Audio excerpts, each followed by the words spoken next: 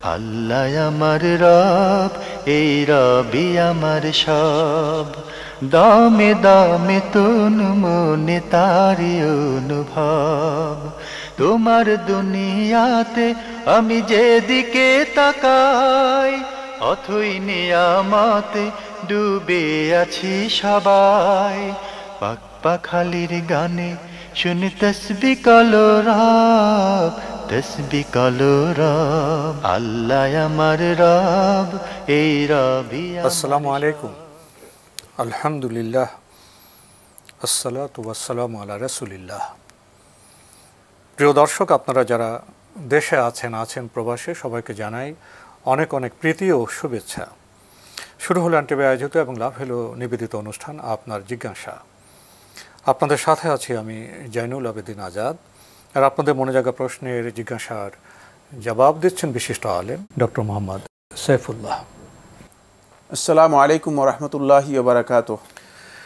প্রিয় দর্শক, চলুন তাহলে জিজ্ঞাসার জগতে। শুরুতে একটি ইমেল পাঠিয়েছেন ফারহানা। লিখেছেন, ঘুমানোর আগে যে অজু করতে হয়, সেই অজু করার পর কি 2 রাকাত সালাত পড়ে ঘুমানো যাবে, নাকি অজু করে সাথে সাথে বিছানায় শুয়ে যেতে হবে, জানাবেন?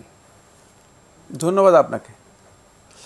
উযু করার পর 2 রাকাত সালাত পড়া সুন্নাহ। পড়া যাবে নয়, বরং পড়াই হচ্ছে সুন্নাহ। সুতরাং উযু করে 2 রাকাত সুন্নত নামাজ পড়ে তারপরে ঘুমাতে যাবেন, এটা সবচেয়ে উত্তম পদ্ধতি। সেক্ষেত্রে যদি কেউ উযু করার পরে নিয়মিত এই সুন্নতটুকু পালন করে থাকেন, তাহলে রাসূলুল্লাহ সাল্লাল্লাহু আলাইহি ওয়াসাল্লাম তাকে জান্নাতের সুসংবাদ দিয়েছেন। জান্নাতের সুসংবাদ প্রাপ্ত যেই আমলগুলো রয়েছে, যে আমলগুলোর ব্যাপারে রাসূলুল্লাহ সাল্লাল্লাহু আলাইহি ওয়াসাল্লাম সরাসরি জান্নাতের সুসংবাদ দিয়েছেন, অথবা রাসূলুল্লাহ সাল্লাল্লাহু আলাইহি ওয়াসাল্লাম কাউকে বলেছেন যে এই আমলের কারণে বিশেষত্ব, জান্নাতে বিশেষত্ব লাভ করতে পেরেছে, তার মধ্যে অন্যতম একটি আমল হচ্ছে প্রত্যেক ওযুর পরে 2 রাকাত তাহিয়াতুল ওযু সালাত আদায় করা। সুতরাং সুন্নাহ হচ্ছে তাহিয়াতুল ওযু সালাত আদায় করবেন। পড়া যাবে কিনা এটা প্রশ্ন নয়, বরং পড়বেন, এটা হচ্ছে সুন্নাহ। আমরা খুবই গুরুত্বপূর্ণ বিষয়ে অবগত হলাম। প্রিয় দর্শক, আমাদের হাতে আরও একটি ইমেল পাঠিয়েছেন আব্দুল্লাহ আল মামুন, সাতক্ষীরা কালীগঞ্জ থেকে। লিখেছেন, অনেকে বলেন নামাজের বৈঠক থেকে ওঠার সময় একজন সুস্থ মানুষ মাটিতে হাত দিয়ে ভর দিতে পারবে না, ভর না দিয়েই উঠতে হবে। এ কথা কি সঠিক? না, এই বক্তব্য সঠিক নয়। সুস্থ মানুষ যদি কোনো কারণে মাটিতে ভর দিয়ে উঠেন, তাহলেও গুনাহ হবে না। আর যদি অসুস্থ হন, তো তাহলে প্রশ্নই আসে না। ওজরের কারণে তিনি মাটিতে ভর দিয়ে অথবা হালকা যদি কোনো কিছুর উপর ঠেস দিয়ে তিনি উঠতে পারেন। কিন্তু এছাড়াও যদি কেউ শুধুমাত্র মাটিতে ঠেস দিয়ে উঠেন, এতে তার সালাত হয়ে যাবে, সালাতে মাকরুহ হবে না। বরং রাসূলুল্লাহ সাল্লাল্লাহু আলাইহি ওয়াসাল্লাম হাদিস হচ্ছে, যেটা রাসূলুল্লাহ সাল্লাল্লাহু আলাইহি ওয়াসাল্লাম সিজদা থেকে প্রথমে বসতেন, তারপরে উঠতেন, তারপরে পরিপূর্ণরূপে বসতেন, তারপরে উঠতেন।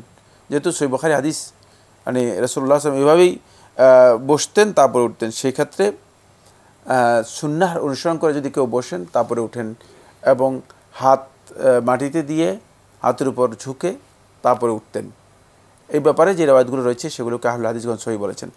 সেক্ষেত্রে যদি কেউ হাতের উপর ঝুঁকে অথবা হাত মাটিতে রেখে হাতের উপর ভর দিয়ে তিনি উপরে ওঠেন, এটি সুন্নাহ সম্মত, সুন্নাহ পরিপন্থী নয়। আমরা জানলাম বিষয়টি সম্পর্কে। প্রিয় দর্শক আরও লিখেছেন, জাকাতের নিসাব পরিমাণ অর্থ ব্যক্তির কাছে 1 বছর জমা থাকলেই কি জাকাত দিতে হবে, নাকি ব্যক্তি যেদিন থেকে অর্থ জমানো শুরু করবেন সেদিন থেকে নিয়ে 1 বছর পূর্ণ হলে জাকাত দিতে হবে? না, নিসাব পরিমাণ অর্থ তার কাছে 1 বছর থাকতে হবে, পরিপূর্ণরূপে 1 বছর থাকতে হবে। এখন অর্থ জমানো শুরু করেছেন 5 টাকা করে, 1 বছরের মাথায় গিয়ে নিসাব পরিপূর্ণ হয়েছে, তাহলে সেই সময় থেকে 1 বছর পরে? হ্যাঁ, সেই সময় থেকে 1 বছর তার কাছে নিসাব পরিপূর্ণ হয়েছে, একদিন হলো না, এমন হলে নিসাব পরিপূর্ণ হওয়ার পরে 1 বছর, যে 1 বছর থাকতে হবে, কমপক্ষে 1 বছর থাকতে হবে। বিষয়টা আমাদের কাছে স্পষ্ট হলো। প্রিয় দর্শক, আমাদের হাতে আরও একটি ইমেল পাঠিয়েছেন মোহাম্মদ সেলিম রেজা কাজল। আগের ইমেল আপনার একটি প্রশ্ন রয়ে গিয়েছিল, আপনি লিখেছেন, আমাদের প্রিয় নবী হযরত মুহাম্মদ মুস্তাফা সাল্লাল্লাহু আলাইহি ওয়াসাল্লাম ধর্ম নিয়ে বাড়াবাড়ি করতে নিষেধ করেছেন। কি করলে ধর্ম নিয়ে বাড়াবাড়ি হয়, এ ব্যাপারে বিস্তারিত বলবেন? ইসলাম যে জিনিসগুলোকে নিষেধ করেছে সেটা লা তাগলু ফি দীনিকুম, তোমরা দ্বীনের ব্যাপারে মুগালাত করো না, সীমা লঙ্ঘন, অতিরিক্ত অতিরঞ্জন করো না, সেটা নিষেধ করা হয়েছে। অতিরঞ্জনের বিষয়গুলো হচ্ছে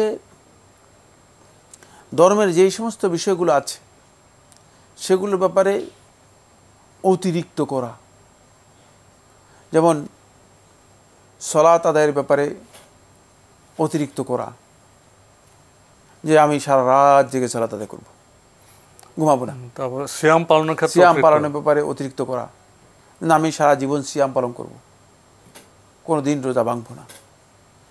এগুলো হচ্ছে মুগালাত ফিদ্দিন, দ্বীনের বিধানের ব্যাপারে মুগালাত করা, মানে অতিরঞ্জন করা, অতিরিক্ত করা, এগুলো তো বাড়াবাড়ি। এই বিষয়গুলো নিষেধ করা হয়েছে। কিন্তু মানে ইসলামের বিধান যেখানে ইসলাম যে বিষয় ইসলাম কঠোর হয়েছে, সে বিষয়ে কোনো ব্যক্তি যদি ইসলামের ওই বিধানকে কঠোরভাবে ধারণ করে থাকে, এটা বাড়াবাড়ি নয়, এটা যথার্থ, এটা যথার্থ এবং এটা করতে হবে। মানে কঠোরতা অবলম্বন করা একটি বিষয়, আর এটি হচ্ছে ইসলামের বিধানই কঠোর। মানে কঠোরতা আর আপনার নিষ্ঠুরতা এক জিনিস না। ইসলাম বিধান দিয়েছে, অপরাধের তো আপনার শাস্তি একরকম হবে না। ইসলাম বিধান দিয়েছে, যেমন বিবাহিত নারী অথবা পুরুষ যদি তারা ব্যভিচারে লিপ্ত হয়ে থাকে, ইসলাম বিধান হচ্ছে তাদেরকে পাথরে মেরে হত্যা করা হবে। এখন আপনি এসে যদি বলেন যে ভাই এত বাড়াবাড়ি করতেছেন, কি কাজ করেছে? এমন কিছু কাজ তো করে নাই, মানে ব্যভিচারে লিপ্ত হয়েছে, অবৈধ একটা সম্পর্ক, ইন্টিমেসি হয়েছে, ঠিক না? আর অতিরিক্ত কি? এটা আপনার কাছে মনে হচ্ছে কি এত ছোট্ট কাজ, এত ক্ষুদ্র বিষয়, কিন্তু এত বাড়াবাড়ি কেন? একেবারে পাথর মেরে হত্যা করে ফেলতে হবে। এটা স্বাভাবিকভাবেই কিছু সংখ্যক লোকের এই ধরনের মানে মাথার মধ্যে চেতনা আসতে পারে, কিন্তু তারা তো আসলে এর অন্তর্নিহিত যেই মানে বিষয় এর ভিতরে আছে, এর ভিতরে যে বিশাল ফাসাদ বিপর্যয় রয়েছে, সেই বিষয়গুলো জানে না। কারণ আজকে যদি ইসলামের এই বিধান মানুষের মধ্যে কার্যকরী থাকতো, কয়েকদিন আগে পত্রিকার মধ্যে আমরা দেখেছি যে প্রত্যেক 40 মিনিটে 8 জন না 9 জনের কথা উল্লেখ করা হয়েছে, মানে তালাক দেওয়া হচ্ছে। সবগুলো মূলত পরকীয়ার কারণে। মানে এগুলো কিন্তু এর মধ্যে অন্তর্নিহিত বিষয়। ইসলাম তো বিধান দিয়েছে এমনিতে নয়, ইসলামের বিধানের মধ্যে ধর্ষণের মাত্রা বেড়ে যাচ্ছে। হ্যাঁ, ইসলামের হ্যাঁ, এরপরে আপনি দেখবেন যে ধর্ষণ, সীমালঙ্ঘন, ব্যভিচার, অবৈধ সম্পর্ক, গোপন সম্পর্ক ইত্যাদি ব্যাপকভাবে ব্যাপকতা লাভ করেছে, যেহেতু ইসলামের বিধানগুলো আমাদের কাছে অনুপস্থিত।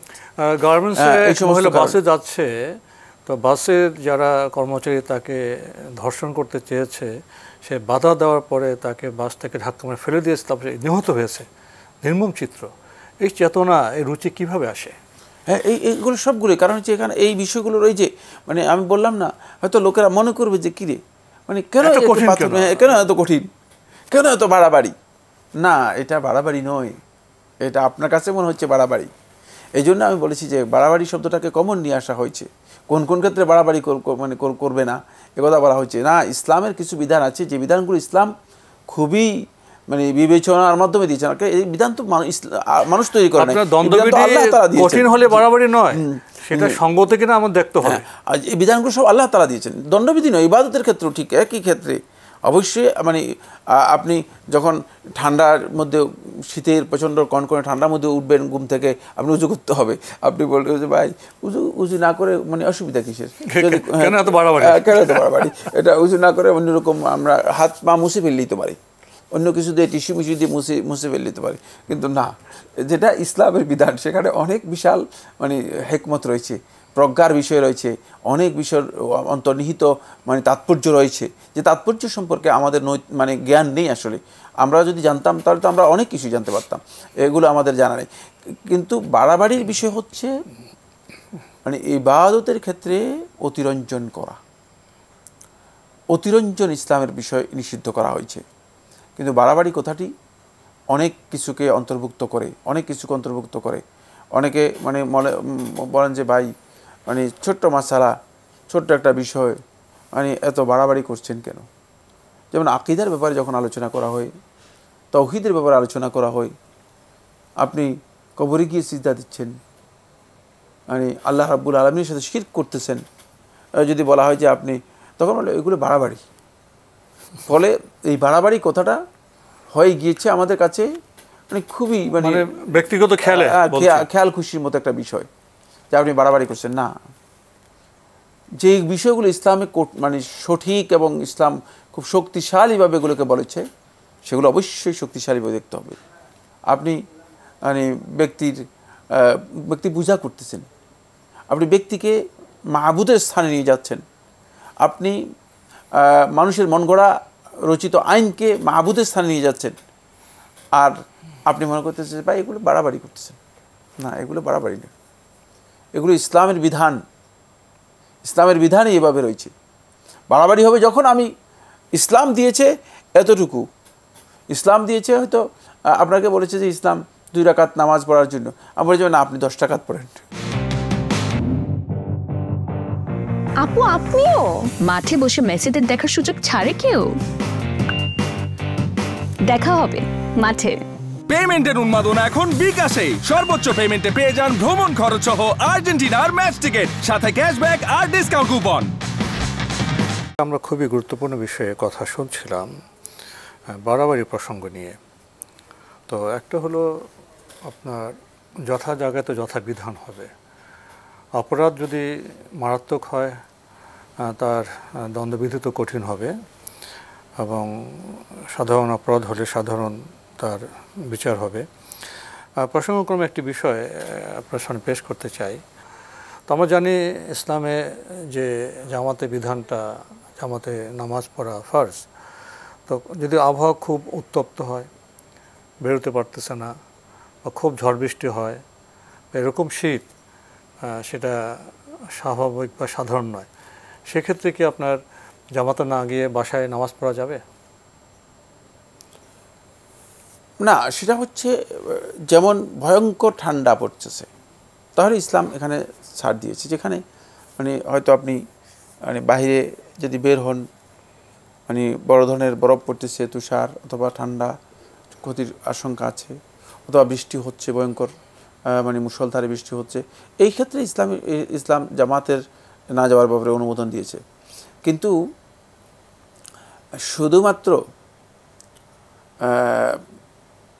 মানে নামাজের জন্য বের হতে পারছেন না, কিন্তু আপনি চাকরিতেও যাচ্ছেন, আপনি কাজও করতেছেন, আপনি বাজারেও যাচ্ছেন, তাহলে বুঝতে হবে যে আপনি আসলে এটা নামাজের জন্য একটা অজুহাত তৈরি করেছেন, যেটা সহনীয়, সেখানে যেতে হবে। এই বিষয়টি অবশ্যই অসহনীয়, সেখানে তো আপনি বের হচ্ছেন না। দেখা যাচ্ছে যে লোক মানে এই মাসালা আসে কখন, তখনই আসে। দেখা যাচ্ছে মানে তিনি বাজারে যাচ্ছেন, দিব্যি সুন্দর বাজার টাজার করে আসতেছেন, তারপরে তিনি অফিসে যাচ্ছেন দিব্যি বাজার, এবং দুনিয়ার যত কাজ আছে, মানে গরমের মধ্যে, এবং কি দাওয়াত পর্যন্ত খাচ্ছে, বুঝতে পেরেছেন? গরমের মধ্যে দাওয়াত তো ফরজ না, দাওয়াত তো ফরজ নফল কিচ্ছু না, অতিরিক্ত গরমের মধ্যে করতেছেন। কিন্তু নামাজের পরে ভাই প্রচণ্ড গরম, তো এই জন্য মসজিদে যেতে পারি না। তাহলে বোঝা গেল যে এরকম মূলত ইসলাম এবার সেই বাড়াবাড়ি করতেছে। এখানে বিবেচনার বিষয় রয়েছে। আমরা বিষয়টি সম্পর্কে জানলাম। প্রিয় দর্শক, আমাদের হাতে আরও একটি ইমেইল পাঠিয়েছেন মমিন, লিখেছেন, এক মাহফিলে শুনলাম হুজুর দোয়ার সময় বললেন, চোখের পানি ছেড়ে কাঁদো ভাইয়েরা, যদি কান্না না আসে তবে কান্নার অভিনয় করো, তারপর আল্লাহর কাছে যা চাইবার চাও, আল্লাহ মনের আশা পূর্ণ করবেন। আমার প্রশ্ন হলো, এই যে হুজুর বললেন কান্নার অভিনয় করো, এভাবে আল্লাহর কাছে অভিনয় করা কি ঠিক? আর আল্লাহ কি মানুষের অন্তর খবর জানেন না? আল্লাহ আমাদের মাফ করুন, এ বিষয়ে কিছু বলবেন? ধন্যবাদ, খুবই গুরুত্বপূর্ণ প্রশ্ন করেছেন। এটা শুনতাম আমি দীর্ঘদিন পর্যন্ত, যে মাদ্রাসায় পড়েছি, মানে প্রায় প্রতিদিনই শুনতাম, বা প্রত্যেক মাহফিলেই এটা শুনতাম, কান্নার অভিনয়ের কথা শুনতাম। এটা হারাম। যদি কোনো ব্যক্তির অন্তর থেকে কান্না এসে যায়, আল্লাহ তাআলার আযাবের কথা শোনার পর, জাহান্নামের আযাবের কথা শোনার পর, অথবা জান্নাতের নাজুনে আমত যেগুলো আল্লাহ রাব্বুল আলামিন আল্লাহর নেক বান্দাদের জন্য আল্লাহ সুবহানাহু ওয়া তাআলা তৈরি করে রেখেছেন, সেগুলোর আলোচনা শোনার পর যদি কোনো ব্যক্তির অন্তর থেকে তার ইচ্ছার বাইরে চোখ দিয়ে কান্না এসে যায়, সেটা হচ্ছে কান্না, সেটা হচ্ছে মাহমুদ, প্রশংসনীয় কান্না। এবং ওই কান্না আল্লাহ তাআলার কাছে অনেক মূল্যবান। এটি এমন যে এর একটি ফোঁটা পানি আপনার জাহান্নামের আগুনকে নির্বাপিত করে দিতে পারে, এর পাওয়ার এত বেশি। আর অভিনয় করে, ভান করে,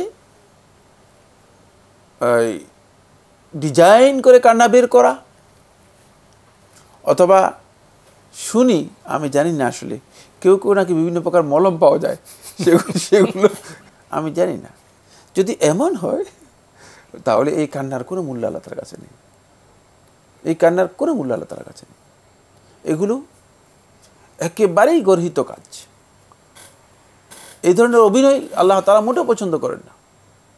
কারণ মহান আল্লাহ সুবহানাহু ওয়া তাআলার নজর হচ্ছে, দৃষ্টি হচ্ছে মাহাল্লুন নজর, যেদিকে দেখবেন সেটা হচ্ছে ইন্নাল্লাহা লা ইয়ানজুরু ইলা আজসামিকুম ওয়ালা ইলা আজসাদিকুম। আল্লাহ সুবহানাহু ওয়া তাআলা তোমাদের এই দেহ অবয়ব, এই সৌন্দর্য চাকচিক্য, তোমাদের এই শরীরটা কেমন মোটা না নাদুস নুদুস কেমন, এই দিকে তাকাবেন না। ওয়ালাকিন ইয়ানজুরু ইলা কুলুবিকুম, তোমাদের অন্তরের দিকটা দেখবেন। সুতরাং আপনার অন্তরের মধ্যে মুনাফিকি রয়েছে, আপনি যতই বান করেন না কেন, এই বান করার কোনো অর্থই নেই। এই ভনিতা দিয়ে আপনি কিছুই করতে পারবেন না। এই সাহস কোত্থেকে আসে? এরপরে আল্লাহর সাথে অভিনয় করবেন। অভিনয় পুরোটাই মূলত মানে রূপক, যদি আমি মিথ্যা বলি নাই, মানে কিন্তু মিথ্যার সম্পর্ক রয়েছে এর সাথে, মানে এটা রূপক পুরাটাই। এই রূপক অভিনয় বা মিথ্যা অভিনয় করা আল্লাহ রাব্বুল আলামিনের সাথে কোনোভাবেই যায় না, কোনোভাবেই যায় না। সুতরাং যারা বলেছেন হারাম কথা বলেছেন। আমরা খুবই গুরুত্বপূর্ণ বিষয়ে অবগত হলাম। প্রিয় দর্শক, আমাদের হাতে আরেকটি ইমেল পাঠিয়েছেন হাসিনা সুবর্ণা, লিখেছেন, আপনি আমাদের অনুষ্ঠান সম্পর্কে কথা বলেছেন এবং দোয়া করেছেন আপনার ভাষায়। মাশাআল্লাহ, চমৎকার আলোচনা। মহান রব শায়েখ ও উপস্থাপককে দুনিয়া ও আখিরাতে উত্তম জাযা দান করুন, আর আমাদেরকে মূল্যবান নসিহাকে আমল করার তৌফিক দান করুন। আপনি তো দোয়া করেছেন, কি বলবেন? আমরা দোয়া করি আল্লাহ সুবহানাহু ওয়া তাআলা আপনাদের সবাইকে সুস্থ রাখুন, ভালো রাখুন। আমরা সামান্য চেষ্টা করে যাচ্ছি। আমরা আল্লাহ তাআলার কাছে অত্যন্ত বিনয়ের সাথে দোয়া করি আল্লাহ রাব্বুল আলামিন যেন কিয়ামতের দিন আমাদের মিজান হাসানাতের মধ্যে এই কাজগুলো আল্লাহ রাব্বুল আলামিন সন্নিবেশিত করেন, ইনক্লুড করেন। সেটা আল্লাহ তাআলার অনেক অনুগ্রহ যদি তিনি করেন। আপনারাও দোয়া করবেন। জি, আপনারা আপনাদের কল্যাণের জন্য দোয়া করছি। প্রিয় দর্শক, আমাদের হাতে আরও একটি ইমেল পাঠিয়েছেন গালিব হাসান, লিখেছেন, আমাদের আব্বু মারা গিয়েছেন অনেক আগে। আব্বুর কিছু পেনশনের টাকা রয়েছে, ব্যাংকে জমা রয়েছে, এবং এখন আমাদের সংসার আমার বড় বোনেরা চালান। এখন আমার প্রশ্ন হচ্ছে, আমাদের আব্বুর পেনশনের টাকার উপর কি যাকাত দিতে হবে? পেনশনের টাকাটা কোথায় আছে? যে ক্যাশ টাকা আছে না ব্যাংকে আছে? ওনারা তো বলছে সংসার চালান অর্থ টাকা তো ওনারা হাতে আছে, ক্যাশ তো করেছেন না, সংসার কীভাবে চালাবেন? ওই টাকায় ওনার বড় বোনেরা সংসার চালান। পেনশনের টাকা রয়েছে, আবার ব্যাংকে জমা রয়েছে। জমা থাকলে টাকা দিতে হবে। ব্যাংকে যদি জমা থাকে অবশ্যই জাকাত দিতে হবে, যদি 1 বছর পূর্ণ হয় এবং নিসাব পরিমাণ থাকে। আর যদি বাসায়ও টাকা জমা থাকে একই হুকুম, জাকাত দিতে হবে। জি, এগুলো যদি ইনভেস্ট করেন অথবা কোনো কাজে লাগিয়ে ফেলেন অথবা এগুলোর মাধ্যমে কোনো অ্যাসেট তৈরি করে ফেলেন, তাহলে হয়তো জাকাত থেকে আপনারা মানে মুক্ত হতে পারেন। কিন্তু জাকাত থেকে মুক্ত হওয়া উদ্দেশ্য নয়, উদ্দেশ্য হচ্ছে আপনি অ্যাসেট তৈরি করেন, উদ্দেশ্য আপনি ইনভেস্ট করেন। ইসলাম চাচ্ছে যে জাকাতের মাধ্যমে মূলত জাকাতের বিধানটা জাকাতটা আবর্তিত হতে হবে, যাতে করে মানে এটা অর্থনৈতিক একটা সাইকেল তৈরি হয়, চাকাটা ঘুরুক, এটা সাইকেল তৈরি হতে হবে। এই কারণে ইসলাম চাচ্ছে যে আপনার কাছে টাকাটা কোনোভাবে রুকুদ, কোনোভাবে মানে অলস মানে দাঁড়িয়ে থাকতে পারবে না, বসতে পারবে না। এটা কাজে লাগালে আপনি উপকৃত হবেন, আরও 2 জন উপকৃত হবে। এইটা হচ্ছে ইসলাম। যখন বিনিয়োগ করবে, বিনিয়োগ থেকে লাভ হলে তখন সে লাভের অঙ্ক জাকাত আসবে। জাকাত আসবে। জি। তো আজকে আমাদের এখানে শেষ করতে হচ্ছে। আপনাকে অনেক ধন্যবাদ। আপনাকে অনেক ধন্যবাদ। প্রিয় দর্শক, আমরা দেখছিলাম এনটিভি আয়োজিত এবং লাভ হলো নিবেদিত অনুষ্ঠান আপনার জিজ্ঞাসা। আমাদের অনুষ্ঠান আপনারা এনটিভি অনলাইনেও দেখতে পারবেন, ভিজিট করুন www.ntvbd.com। এছাড়া ইউটিউবে এবং আমাদের ভেরিফাইড ফেসবুক পেজে অনুষ্ঠান দেখতে পারবেন। প্রিয় দর্শক, আপনারা যখন চিঠি পাঠান, চিঠিতে শুধু প্রশ্ন থাকে না, অনেক চিত্র থাকে। ছোট্ট চিঠিতে ছোট্ট প্রশ্নে দীর্ঘ জীবন বৃত্তান্তও থাকে। আপনার আব্বু মারা গিয়েছেন। আব্বু দীর্ঘদিন আপনাদের সাথে ছিলেন, আপনাদের ছোট থেকে বড় করেছেন। নিশ্চয়ই আব্বুকে আপনারা অনুভব করেন, উপলব্ধি করেন, দোয়াও করেন। এখন তিনি যাপিত জীবনে আপনাদের দেখাশোনা করেছেন এবং পেনশনের টাকাও তিনি রেখে গেছেন, যেটা ব্যাংকে জমা আছে। এখন করণীয় সম্পর্কে প্রশ্ন, কি করব? প্রসঙ্গক্রমে জাকাতের বিষয় এসছে। আপনার আব্বু আপনাদের কল্যাণের জন্য অর্থ রেখেছেন এবং সে অর্থ এখন কথা বলছে। সে অর্থের যখন জাকাত দেওয়া হবে, সেটা জনপদের দরিদ্র মানুষ পাবে। টাকা যদি ইনভেস্ট করেন, বিনিয়োগ করেন, দেশের অর্থনৈতিক চাকা ঘুরবে, মানুষ উপকৃত হবে, উপকৃত হবেন আপনারা। বিষয়গুলি কি উপলব্ধির মতো নয়? এই বিষয়গুলোর সাথে জীবন দর্শন আছে, যাপিত জীবনের বিষয় আছে, বান্দা হিসেবে ইবাদতের প্রশ্ন আছে। নির্যাস হলো, মানুষ যখন বান্দা হবে তখন তার কৃতকর্ম আচরণে শুধু ব্যক্তি জীবন নয়, সমাজ, পৃথিবী কল্যাণ পাবে। এটাই তো ইসলামী বিধানের আলো, কল্যাণ। আসুন আমরা উপলব্ধি করি। চিঠি লিখুন, প্রশ্ন পাঠান আমাদের ঠিকানায়। পরিচালক আপনার জিজ্ঞাসা, এনটিভি, বিএসসিসি ভবন, ৭ম তলা, ১০২ কাজী নজরুল ইসলাম অ্যাভিনিউ, কারওয়ান বাজার, ঢাকা ১২১৫। ইমেল অ্যাড্রেস আপনার জিজ্ঞাসা @ntvbd.com। মহান আল্লাহ আমাদের সবাইকে নিরাপদে রাখুন, রাখুন শান্তিতে। আসসালামু আলাইকুম। আল্লাহ আমার রব, এই রবি আমার সব, দামে দামে তুন মনে তারি অনুভব। আল্লাহ আমার রব, এই রবি আমার সব। আপু আপনিও মাঠে বসে মেসিদের দেখার সুযোগ ছাড়ে কেউ? দেখা হবে মাঠে। পেমেন্টের উন্মাদনা এখন বিকাশে। সর্বোচ্চ পেমেন্টে পেয়ে যান ভ্রমণ খরচ সহ আর্জেন্টিনার ম্যাচ টিকিট, সাথে ক্যাশব্যাক আর ডিসকাউন্ট কুপন।